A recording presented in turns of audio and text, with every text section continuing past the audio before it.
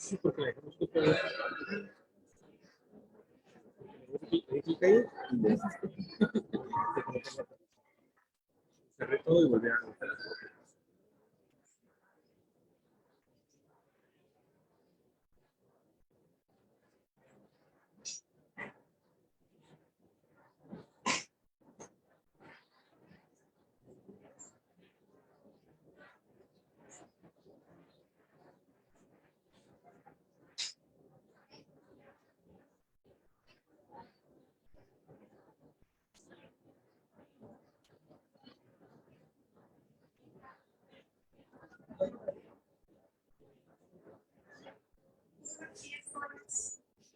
Buenos días, público asistente, jóvenes, maestros que nos acompañan. Muchas gracias por atender este evento que va a dar inicio a lo que sería la Semana Nacional de la Educación Financiera dentro de la Universidad Autónoma de Baja California. El día de hoy los convocamos para que asistan a la conferencia impartida por nuestro invitado del día de hoy, el doctor Luis Fernando Zamudio Robles. Les voy a comentar un poco de la trayectoria del doctor Zamudio. El doctor es un especialista dentro del área de las finanzas en nuestra escuela. En general, el doctor ha dedicado sus esfuerzos a que la educación financiera esté al alcance de todos, por medio de programas que buscan llevar esa educación financiera a todos los niveles educativos. De hecho, en conjunto con la Facultad de Ciencias Sociales y Políticas y la Facultad de Ciencias Administrativas, se tiene un programa en el cual se lleva a estudiantes como ustedes, jóvenes, que pueden impartir sus conocimientos que el doctor Zamudio les capacita para impartir esa educación financiera en niños de primaria. Se busca que la educación financiera esté al alcance de todos los niveles educativos y el doctor Zamudio es un fiel defensor de este objetivo. Los dejamos a ustedes con su experiencia, les va a platicar un poco de lo que es la gran importancia de la educación financiera, y no podríamos dejarlos en mejores manos para eso. Recibamos por favor a nuestro conferencista, el doctor Luis Fernando Zamudio.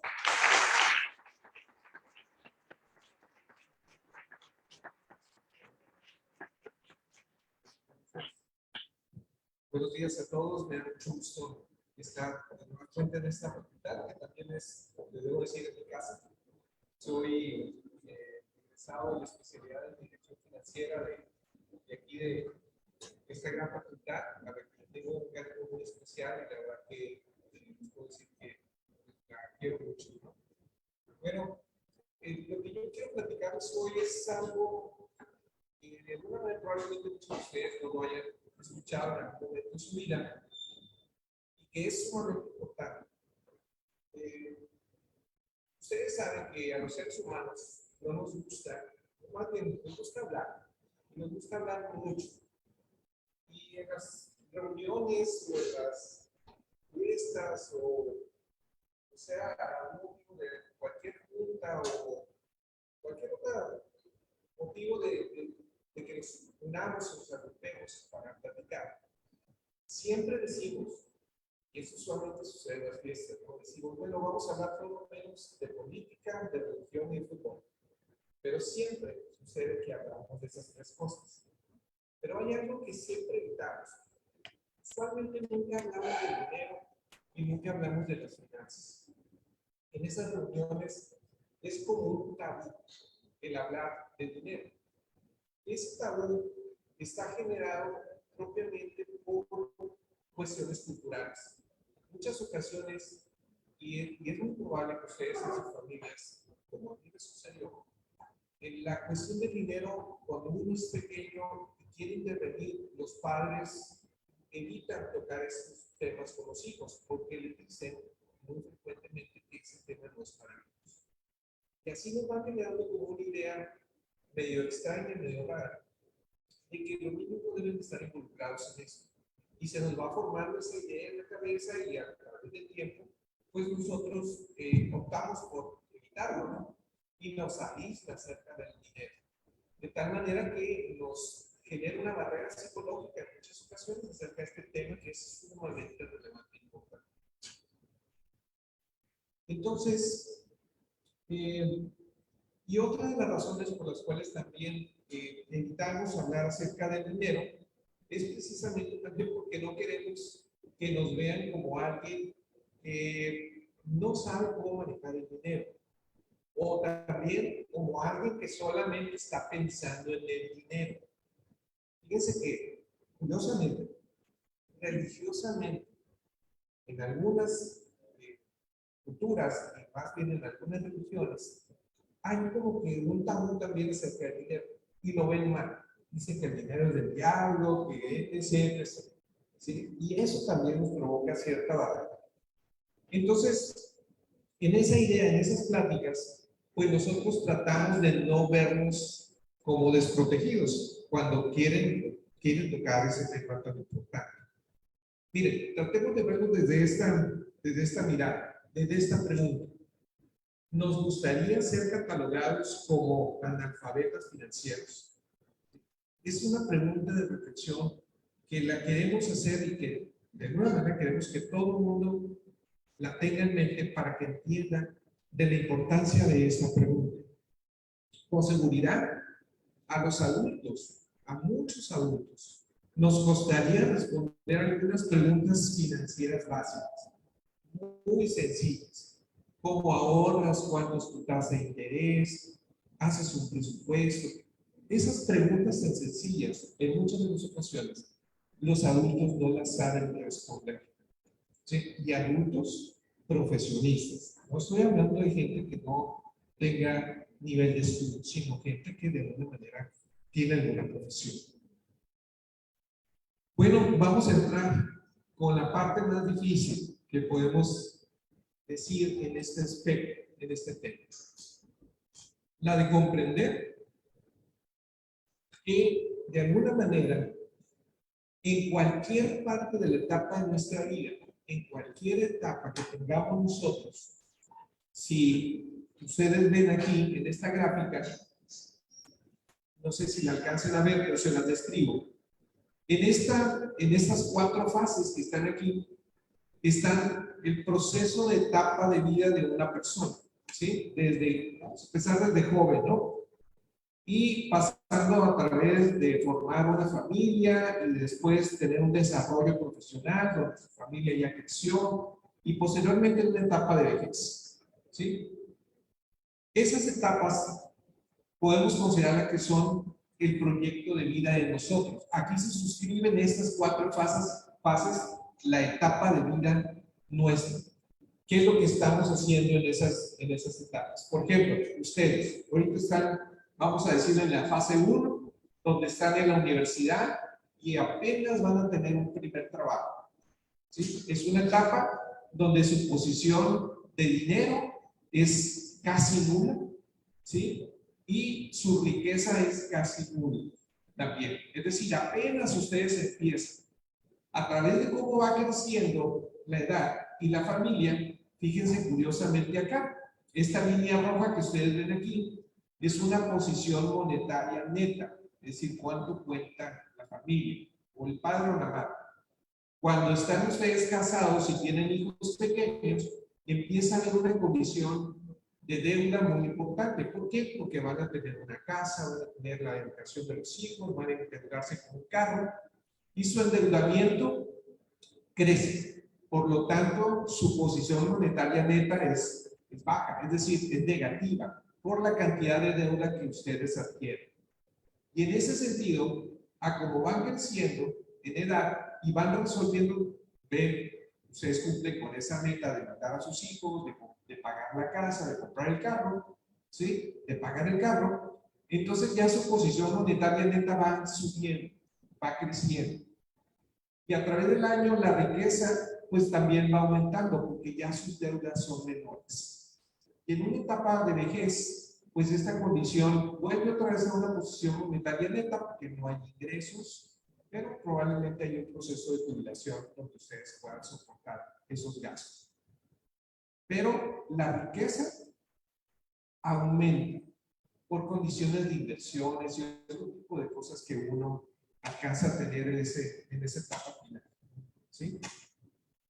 Entonces, en cada etapa de nuestra vida nos encontramos acompañados, inclusive desde pequeños, solamente que no lo vemos de manera consciente cuando somos bebés. No tenemos esa relación en mente que no la conocemos directamente, pero nuestros padres saben que tiene que haber gastos para cubrir nuestras necesidades, como cuando somos pequeños, pañales, salud, educación, etc. En una relación que debe ser sana, poniendo el dinero a nuestro servicio, debería ser una relación donde nuestro beneficio sea del dinero a favor nuestro y no en una relación medio, vamos a decir, medio extraña de estar corriendo detrás del dinero. Muchas de las ocasiones nosotros estamos tratando de alcanzar el dinero y de tener dinero para poder solucionar muchos de los problemas que tenemos, y ahí tenemos una relación que no es sana, podemos decir. Ahora, ¿cómo viene y cómo se va el dinero en nuestras vidas? Veamos un ejemplo. Es un ejemplo cotidiano que les va a pasar en la primera fase que les acabo de mostrar. ¿Sí? Por ejemplo, nos depositan nuestro primer sueldo. Imagínense que ustedes ya salen de la carrera, les van a un banco o la compañía les entrega una tarjeta de débito y les dan una cuenta, ¿sí? Una cuenta bancaria, que además de darles una cuenta bancaria donde les van a depositar su sueldo, les entregan inmediatamente una tarjeta de crédito. ¿Sí? Una tarjeta de crédito con un monto, si quieren, 5,000, 8,000 pesos, pero ya les entregaron una tarjeta de crédito. ¿Sí? Fíjense, curiosamente, para obtener una licencia, ¿qué les piden, muchachos?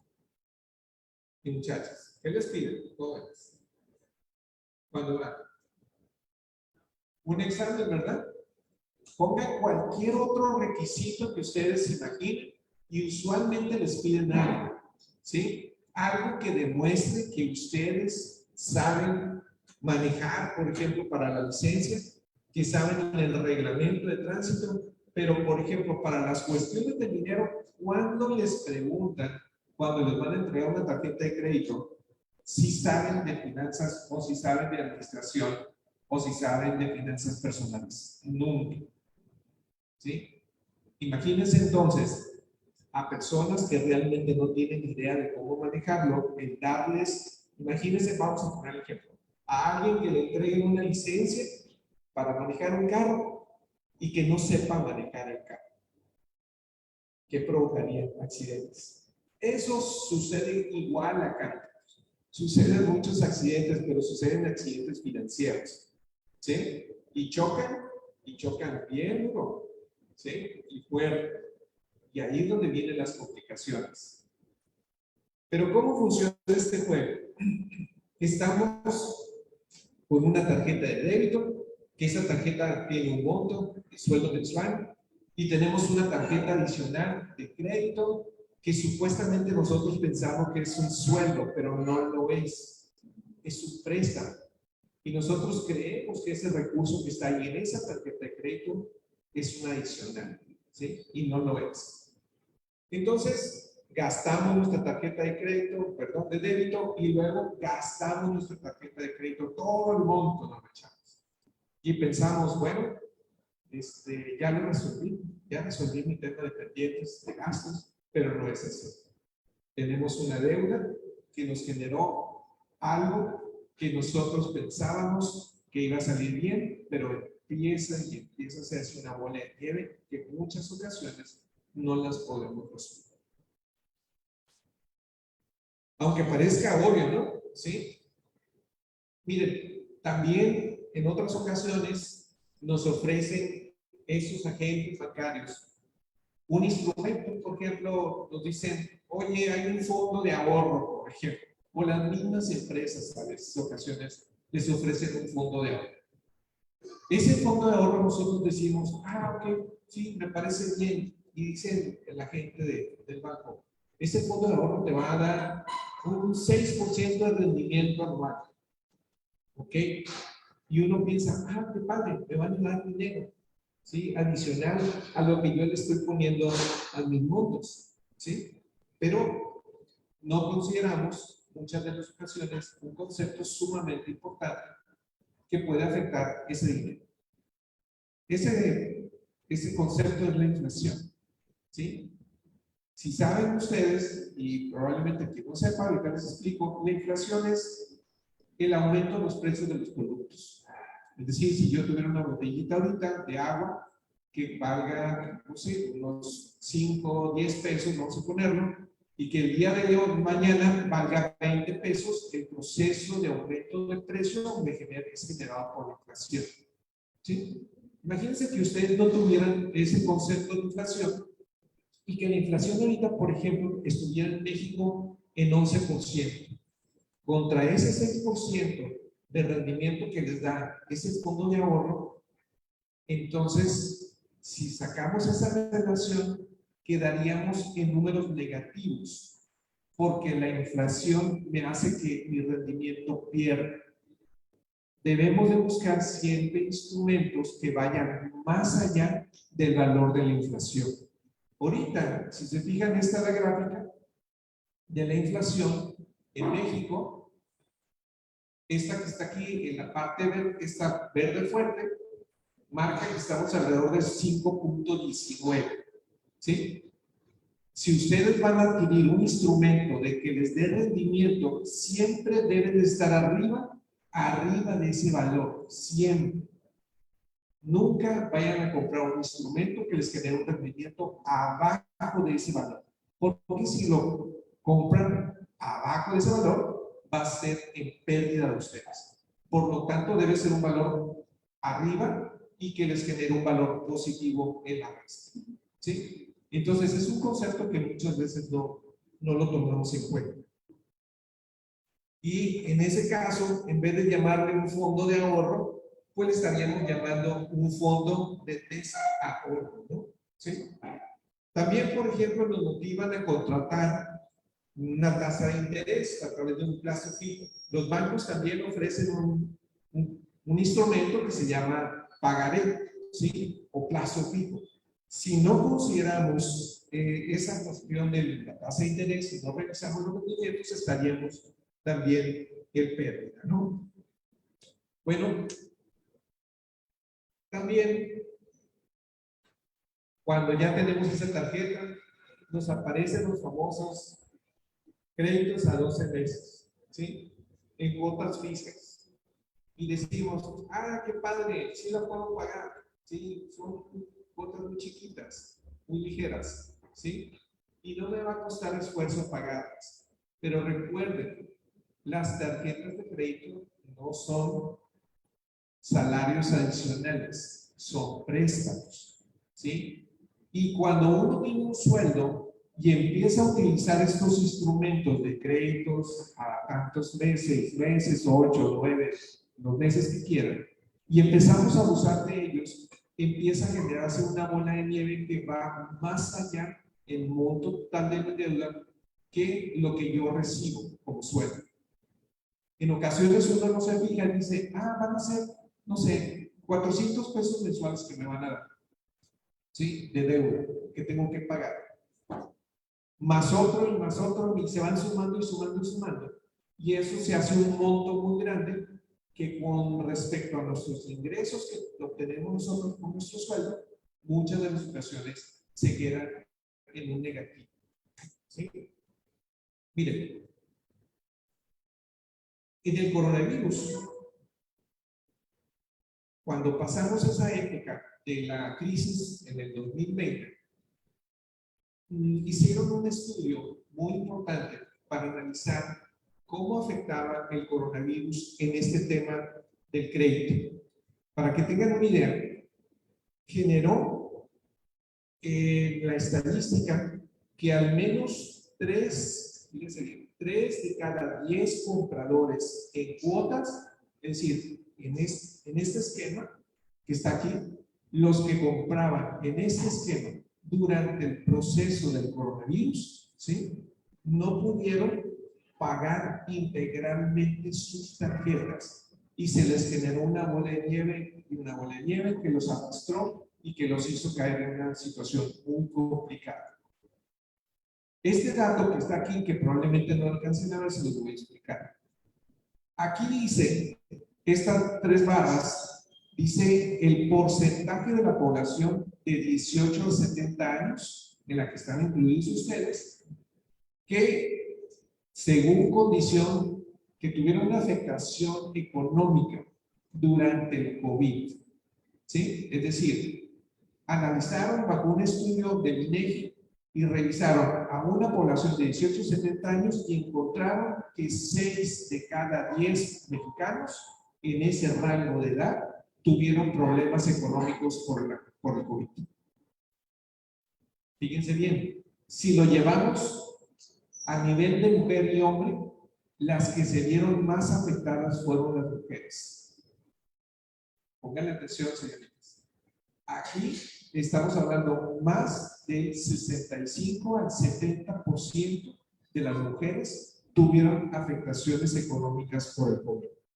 Y recuerden que esto todavía no acaba, ¿sí? Esto puede surgir en un periodo futuro y por eso es importante que todos nosotros tengamos bases de educación financiera para poder disminuir este proceso de estas bases. ¿Sí? Muy bien. En los 50 años anteriores, se lo voy a comentar así. Yo me acuerdo que mis padres cuando iban a comprar algo a la tienda, no sé, alguna tienda de muebles, mayormente todo el mundo pagaba en efectivo.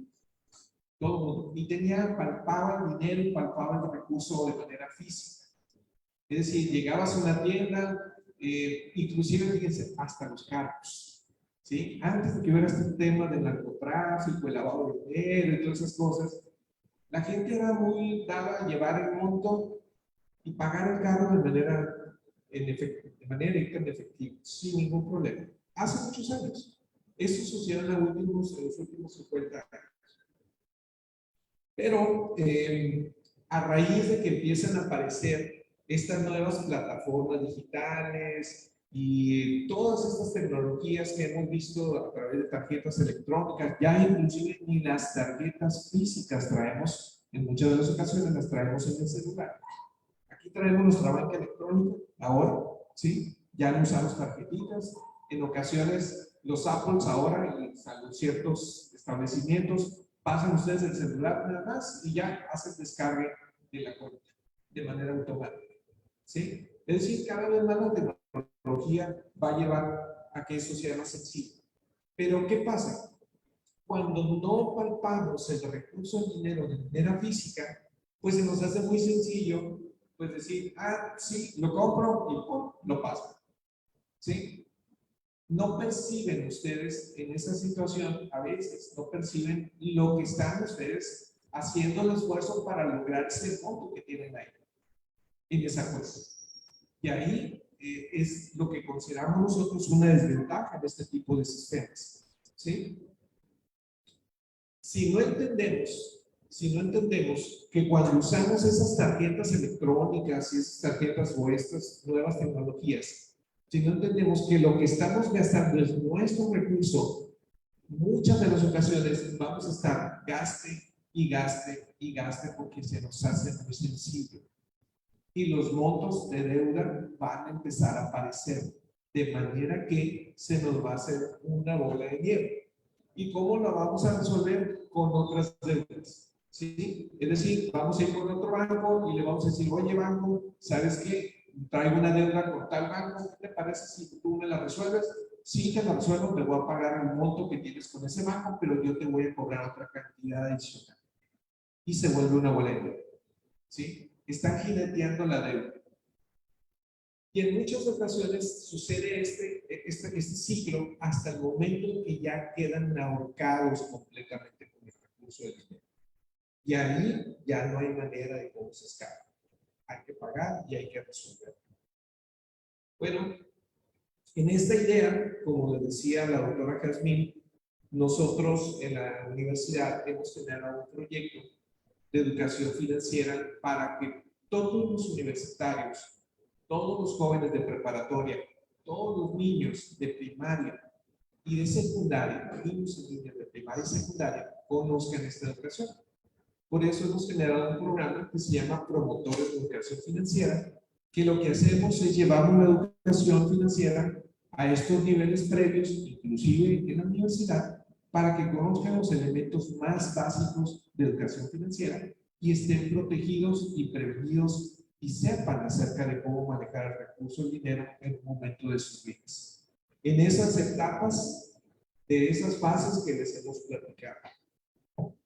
Y la intención no es que sean inversionistas de Wall Street, ni que sepan manejar fondos de inversión, ¿no? Lo que queremos es que sepan manejar las cosas más básicas, que sepan cómo lograr salirse de una deuda, cómo lograr hacer un presupuesto de una manera sencilla, cómo empezar a invertir en instrumentos que les vayan a dar rendimientos y que eso les ayude a salir de un momento de deudas que traigan ustedes en su vida, ¿no? ¿Cuáles son los temas más principales que tocamos en este programa? Que estamos, y como bien decía la doctora, estamos trabajando en la Facultad de Ciencias Sociales y Políticas, la Facultad de Ciencias Administrativas, la Facultad de Ingeniería y Negocios Guadalupe Victoria, y también, pues próximamente, otras unidades académicas del Estado se van a sumar a este proyecto, porque, como les comento, lo queremos llevar a todos los niveles de la universidad. ¿Cuáles son esos temas? Presupuestación, ahorro, inversión y crédito. Esos 4 elementos son cosas que ustedes deben de conocer muy bien, de una manera muy sencilla y muy práctica, para que estén protegidos y estén prevenidos ante cualquier situación que tengan. ¿Qué fue lo que me terminó a mí de convencer de este programa? Bueno, me terminó de convencer al ver los errores que se cometen a la hora de administrar las finanzas personales. Y se lo digo porque yo lo viví en mi familia, ¿sí? Provengo de una familia humilde y los recursos no eran bastantes y por lo tanto eran difíciles de resolver en muchas ocasiones de condiciones que se presentaban a mi papá o mi mamá.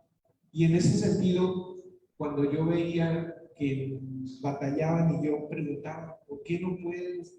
Es que no me alcanza y no me alcanza y no me alcanza. Y aunque hacían un esfuerzo por tratar de resolverlo, lo que faltaba era una base de educación financiera, ¿sí? Y en base de esa idea, de ahí me nació la necesidad de poder empezar un proyecto como este para que todos tuviéramos esta educación. ¿Cuáles son algunos de los errores que cometemos? Bueno, carecer de un fondo de ahorro, o de ahorro si quieren verlo.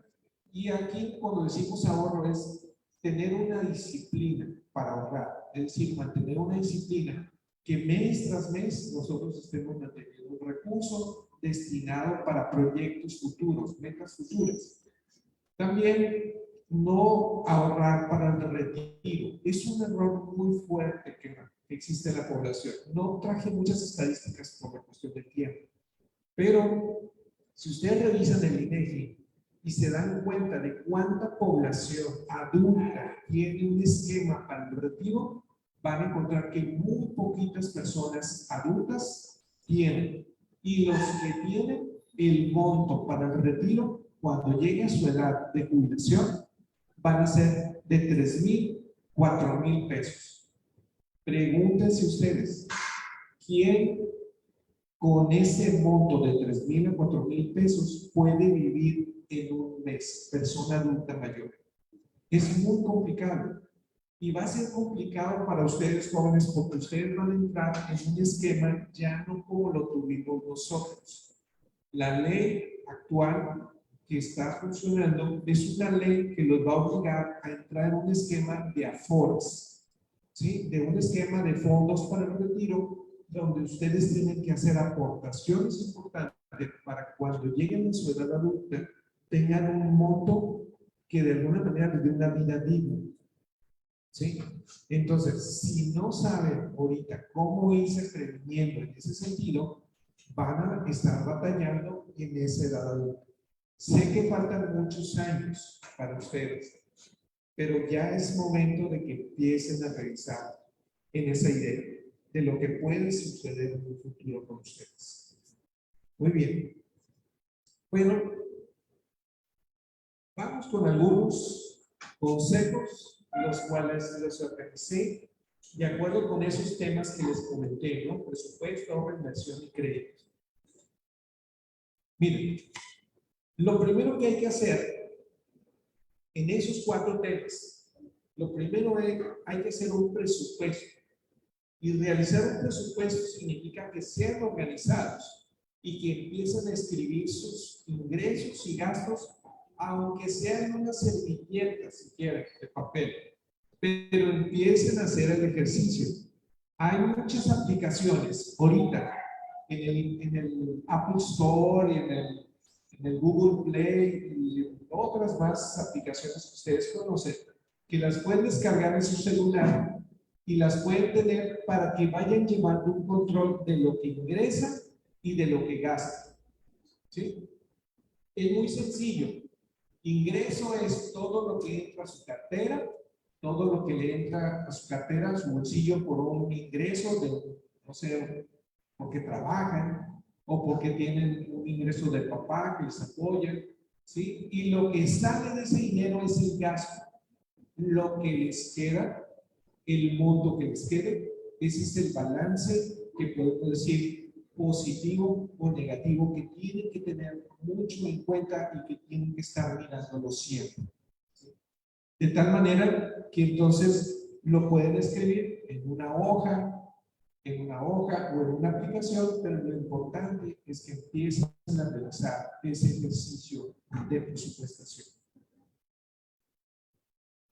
Hay que establecer prioridades. Es muy importante establecer prioridades. Y aquí cuando uno dice establecer prioridades, es cuando ustedes están en esta etapa, que son jóvenes, cualquier cosa que se les antoja, lo compran.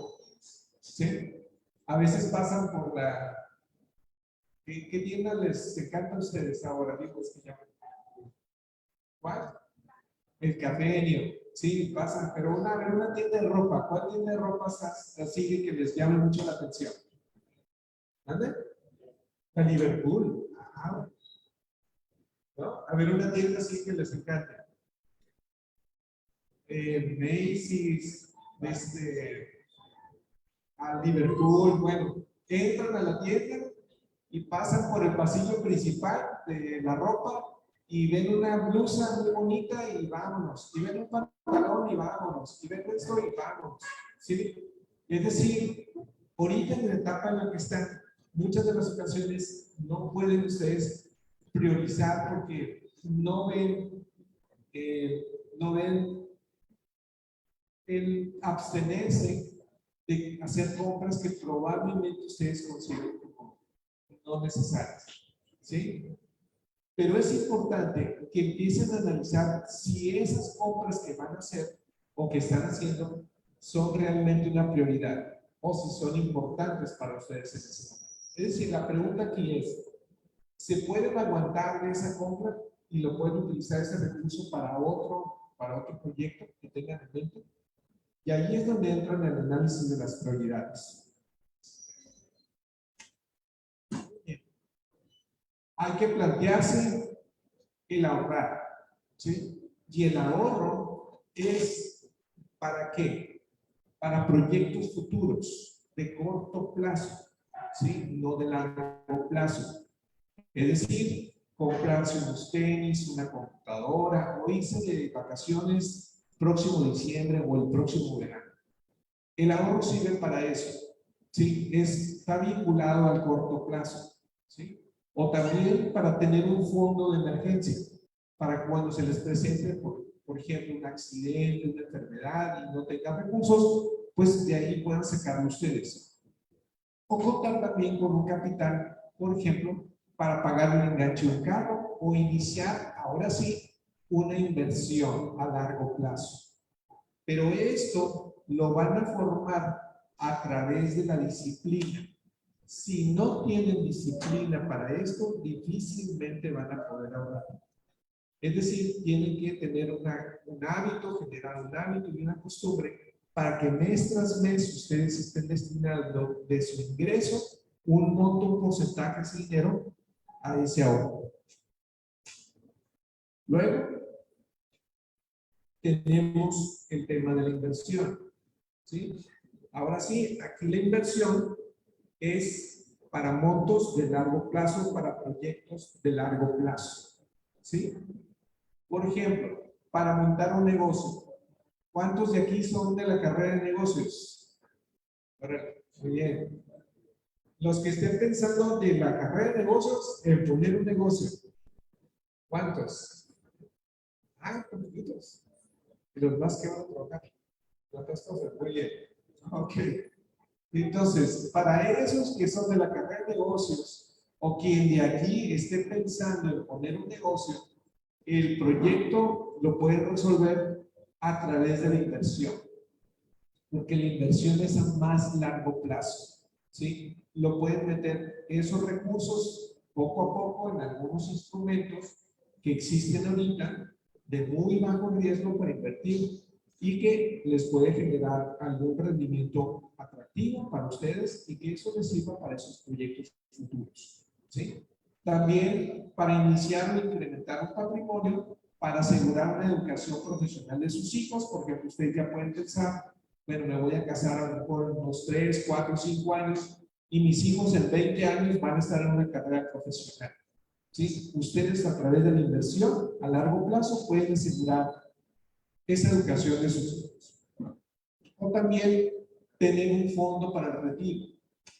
Si no traje esa filmina, pero para darles una idea, si ahorita empezaran ustedes a ahorrar 500 pesos mensuales en un instrumento que les diera rendimiento de un 11-12% anual de rendimiento y con una recapitalización anual de 5% de ese monto anual que les da toda esa inversión, a los 65 años estarían retirando ustedes aproximadamente unos 14 o 15 millones de pesos. Y dicen, ah, caray, a ver, 15 millones de pesos, pues me parece bastante atractivo. ¿Sí? Eso se puede hacer y está calculado. Esa es la magia del interés compuesto. ¿Sí? Probablemente ya vieron esa clase en alguna materia. ¿Sí? Y el interés compuesto les ayuda. Hay instrumentos ahorita en la actualidad como CETES que les da ese rendimiento, solamente hay que tener la disciplina de mensualmente estar depositando 500, 500, 500, 500. A ver, pueden ahorrar 500 pesos y meterlos en un instrumento de eso. ¿Cuánto se gasta en una ida al cine? Palomitas, paquete de palomitas con la novia o el novio, ¿qué les gusta? 300 pesos. Los dos boletos, 160, ahí ya cubrimos los 500 pesos. ¿Sí? Pueden decir, en vez de ir 3 veces al cine, puedo decir, ah, voy a ir 2 veces y eso es esta tercera, lo voy a meter a ahorro. ¿Sí? Si tuvieran esa disciplina desde ahorita, de la edad, están en los 18 años, ¿verdad? Perdón, 19, 20, 17. Ah, caray, más. Ok, bueno, vamos a pensar que están en los 22, 21, 22, ¿sí? Ya son un poquito menos de años. Entonces, ese monto final, en vez de 14.5 millones de pesos, va a ser 14.3 millones de pesos, ¿sí? Pero el monto es un monto sumamente atractivo. Entonces, es solamente que conozcan el instrumento. El día de mañana yo voy a platicar sobre ese instrumento que se llama CETES, ¿sí? Y les voy a explicar cómo pueden empezar en ese tipo de instrumento para que cuando sean grandes puedan retirar ese monto siempre y cuando sean disciplinados.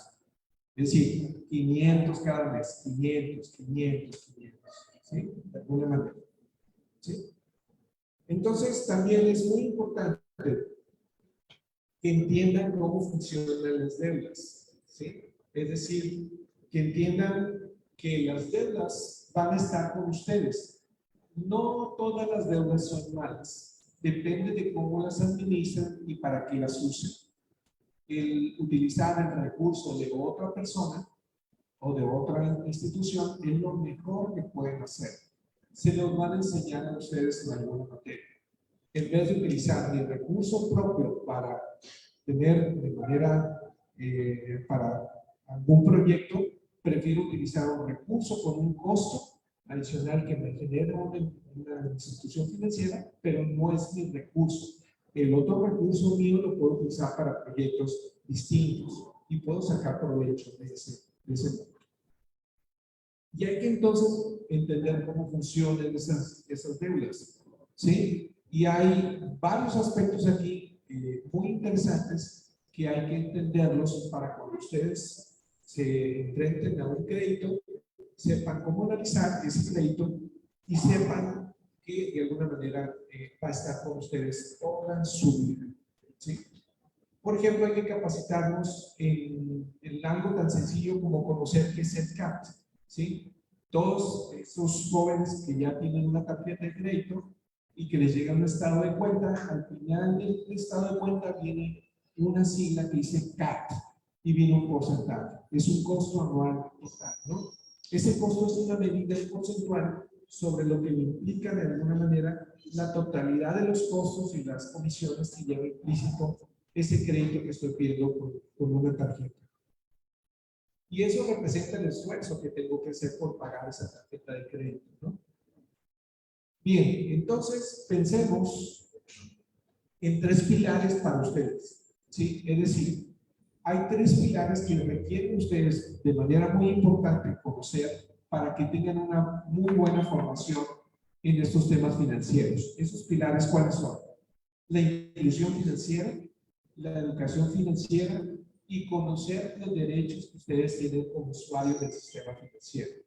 Cuando hablamos de inclusión financiera, nos referimos a que deben de conocer todos aquellos instrumentos que tenemos disponibles para utilizarlos a favor nuestro en ese sistema financiero, ¿sí? La educación financiera es prepararnos en todos esos temas de presupuestación, inversión, crédito y ahorro, y de alguna manera que me va a ayudar a entender cómo manejar el recurso y el dinero. Y por último, los derechos y obligaciones que yo tengo como usuario del sistema financiero, porque debo decirles que en muchas ocasiones, muchas de las bancas o las instituciones de crédito abusan de nosotros, ¿sí? O cometen errores que no quieren ayudarnos y por eso tenemos que saber cuáles son nuestros derechos y las obligaciones de estas instituciones.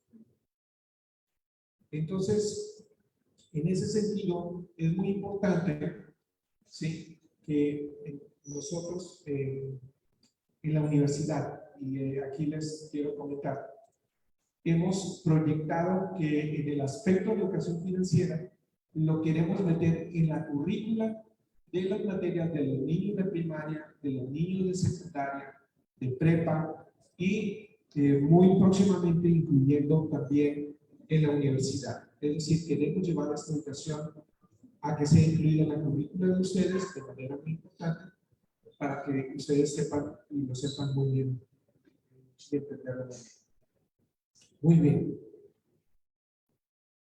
Hay que reconquistar esa relación, ¿sí? En ocasiones es una relación muy tóxica, es como un noviazgo, a veces medio esos, ¿se acuerdan de esa? Había un programa que salía una novia que decía novia tóxica, no recuerdo cómo le decían en un programa, o novio tóxico, ¿no? Cuando existe una relación de este tipo con el dinero, tenemos que reconquistar esa relación y hacer una relación sana con el dinero. De manera que nosotros podamos controlar principalmente nuestras emociones con respecto al dinero, es decir, no verlo con miedo, sino verlo a nuestro favor, utilizarlo a nuestro favor. También hablar seriamente del dinero en nuestra familia, hablar de esos aspectos y cambiar esa condición que tenemos acerca del dinero y empezar a ahorrar, empezar a ser disciplinados, ¿sí? Cooperar, evitar chismes y tener confianza en el dinero, porque muchas veces también esto nos provoca problemas, hasta los chismes acerca del dinero, ¿no? Bueno, si por ahí tienen la fortuna de tener a sus abuelos, ¿sí? Y ustedes en algún momento le preguntan a sus abuelos sobre qué piensan acerca del dinero, les van a dar ideas muy buenas, muy interesantes acerca de cómo ellos manejaban el dinero en sus tiempos, ¿sí? Ustedes en esta etapa de su vida que están viviendo, donde la tecnología es tan rápida y tan grande, que cambia muy drásticamente, tienen muchas más ventajas que nosotros, que ya estamos más grandes. Es decir, tecnológicamente tienen muchas herramientas y muchas ayudas que les facilitan el manejo del dinero que no tenían nuestros abuelos, ¿sí? O nuestros padres, ¿sí? De alguna manera, esa relación intergeneracional que podemos aprovechar al recibir los consejos de los abuelos acerca de cómo manejaban el dinero, y ustedes ayudarles a los abuelos acerca de cómo explicarles herramientas tecnológicas, pues puede ser una buena combinación acerca de cómo podemos tener un control acerca de este dinero. Entonces, en esta idea, nosotros estamos buscando aquí en el Estado, ya para tratar de concluir, estamos tratando, y es lo que queremos hacer, de llevar a una política pública estatal que incluya la educación financiera en todos los niveles, como les decía, de educación. Desde primaria, secundaria, preparatoria y universidad, que de manera obligada ustedes lleven una materia con todos esos aspectos, ¿sí? Y lo tengan en su currículum, para que conozcan de la importancia y del porqué de la necesidad de esos aspectos de la relación del dinero. Miren, ¿qué es lo que queremos hacer con esta política? Queremos, para explicarles rápido, esta línea que está acá, estas tres líneas, es el total de porcentaje de esa población de 18 a 70 años que tiene por lo menos uno de 4 instrumentos financieros. Es decir, uno de 4, no uno, es uno de 4. Es decir, ¿qué instrumentos? Una cuenta de ahorro, una cuenta de crédito, una cuenta de seguro o Afore. Cuando hizo el INEGI esta evaluación en 2021, encontró que el 68% de la población de 18 a 70 años tenía uno de esos 4, no los 4, uno solamente. Cualquiera de esos, pero uno, ¿sí? De manera que ese valor a nivel internacional es un valor bajo, no es un valor alto, ¿sí? Y donde se ve una gran diferencia, esta línea rosa es la línea de las mujeres, vean cómo baja. Es decir, en el tema de las mujeres hay algo que tenemos que resolver en el aspecto de la educación financiera, ¿sí? Y en el verde es de los hombres. Esta gráfica de acá abajito muestra ese resultado por regiones. Y ahorita Baja California, esta región de acá, la noroeste, es la segunda del país. Es decir, estamos en segundo lugar después de la región de Nuevo León, Coahuila y por allá creo que Tamaulipas, ¿sí? Entonces hay mucho que tenemos que todavía resolver.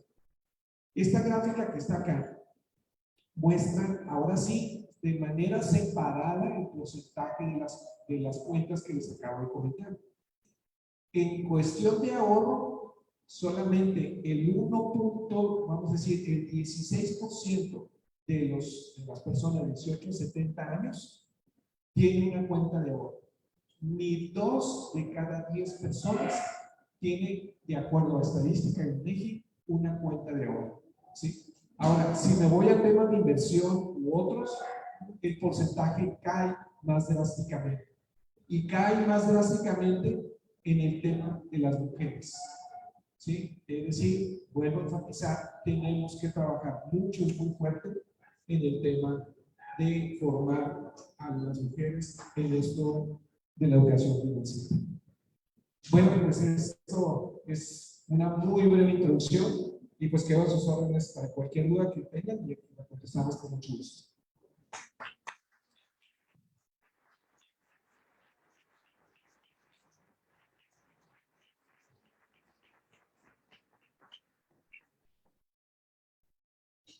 Cualquier duda, estoy a sus órdenes.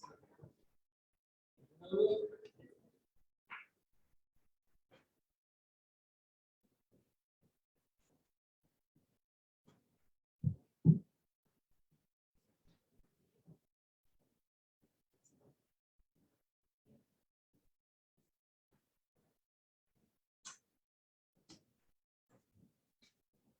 Bien, muy buenos días, jóvenes. ¿Qué les pareció la plática? ¿Interesante? Bueno, pues ya saben que tenemos mucho por hacer en este tema de lo que es la educación financiera. Y bueno, cada vez necesitamos más conocer sobre nuestras finanzas personales, cómo administrar los recursos que tenemos y además cómo hacerlos crecer. Tenemos opciones como es la inversión en CETES. Sí, hay un muy buen rendimiento que actualmente se está pagando, entonces si tienen más de 100 pesos, ya son candidatos para aplicar este tipo de inversiones y ya desde ahorita, pues ser inversores en ese tipo de instrumentos. Posteriormente, pues le vamos a dar una plática sobre cómo llevar a cabo este tipo de inversiones. Precisamente el día de mañana me comenta el doctor Zamudio que van a impartir esa plática sobre inversión en CETES. Entonces, el único requisito es tener una cuenta bancaria y tener, pues, 100 pesitos. Fácil. Bien, vamos entonces a entregar el presente reconocimiento que a la letra dice Universidad Autónoma de Baja California, Facultad de Ciencias Administrativas, otorga el presente reconocimiento al doctor Luis Fernando Zamudio Robles por su destacada participación como ponente durante la plática Importancia de la Educación Financiera. Durante el marco de la Semana Nacional de Educación Financiera, Mexicali, Baja California, 23 de octubre de 2023, por la realización plena del SER, firma doctora Susana Carrillo, directora.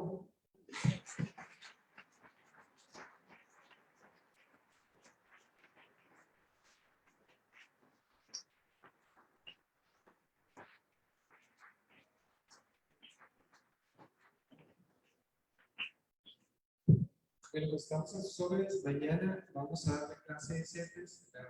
Va a ser un taller. Si quieren 100 pesos en vez de 500 mensuales, también les va a generar al final, a los 75 años, una cantidad bastante atractiva. Si empiezan con 100 pesos, ¿sí? Mensualmente. Posterior, cuando vayan ya en su carrera profesional y puedan tener un monto más grande, le pueden ir metiendo ese esquema y recuperar esos 14 millones, ¿no? O sea, muchísimas gracias, jóvenes. Cuídense mucho.